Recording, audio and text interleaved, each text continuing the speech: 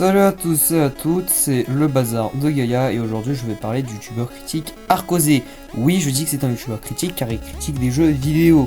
Certains vont dire qu'ils ne savent pas qui c'est et d'autres le sauront directement.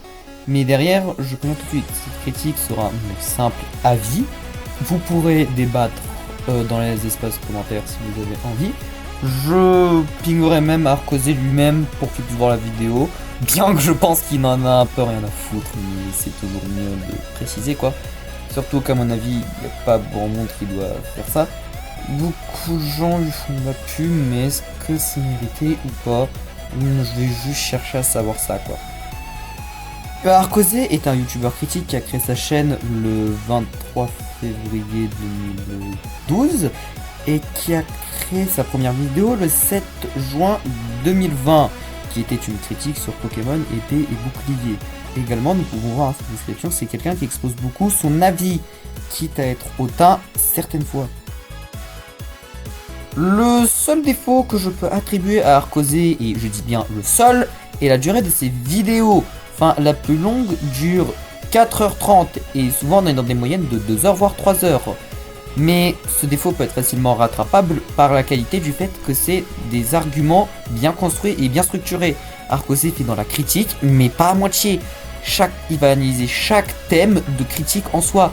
Par exemple, dans les jeux Pokémon, il va analyser les graphismes, les personnages, l'histoire, les fonctionnalités et plein d'autres choses.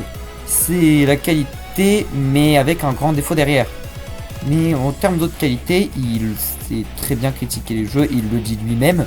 Ce n'est pas quelqu'un qui détient la vérité absolue. Il dit littéralement que quoi qu'il arrive, aucun avis ne sera objectif. Il y aura forcément du subjectif. Comme il le dit dans sa vidéo, aucun test n'est vrai. Voire même aussi, ce qui est cool avec ce youtubeur, c'est qu'il admet ses erreurs. Par exemple, certaines de ses anciennes vidéos où il dit qu'elles sont littéralement nulles. Bien qu'aussi le youtubeur rattrape par son humour, par exemple... Je pense que je n'ai jamais autant rigolé devant les vidéos Pokémon quand il descend des fans. Le singe de Game Freak aussi, c'est une assez bonne blague. Mais c'était des vidéos humour pour représenter un petit peu le fait qu'il en avait marre de Pokémon en soi. Et c'est complètement logique quand tu vois certaines fonctionnalités. Oui, t'as l'impression que c'est codé par des singes. Et là, il a complètement raison sur le coup. Comme beaucoup de choses.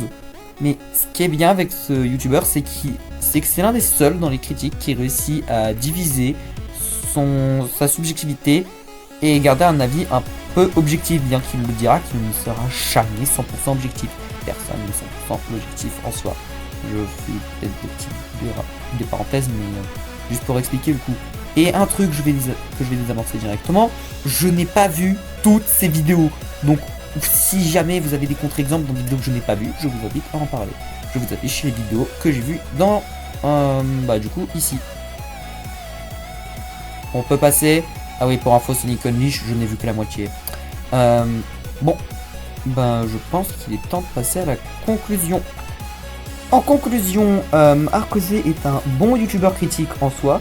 Si vous voulez voir de la bonne critique, c'est un youtubeur à absolument regarder. Si vous voulez aussi voir des vidéos critiques, je vous conseille sur sa vidéo de Aucun test n'est vrai et aucun Pokémon n'est mauvais, qui pour moi sont ses meilleures vidéos sans aucune contestation possible. Mais également, je lui accorde la note d'un solide 16 sur 20.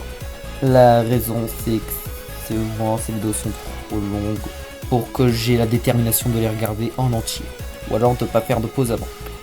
Note bonus, parce que je pense que ça s'est vu ou entendu. Je n'ai pas fait de texte pour cette vidéo, donc ça se trouve, j'ai peut-être sauté des défauts ou j'ai peut-être raté des qualités. Parce que je n'ai pas fait de texte. Oui, je sais, ce n'est pas professionnel, ce n'est pas bien. Si vous voulez me taper dessus en commentaire à propos de ça, vous êtes autorisé à le faire. Je ne dirai rien.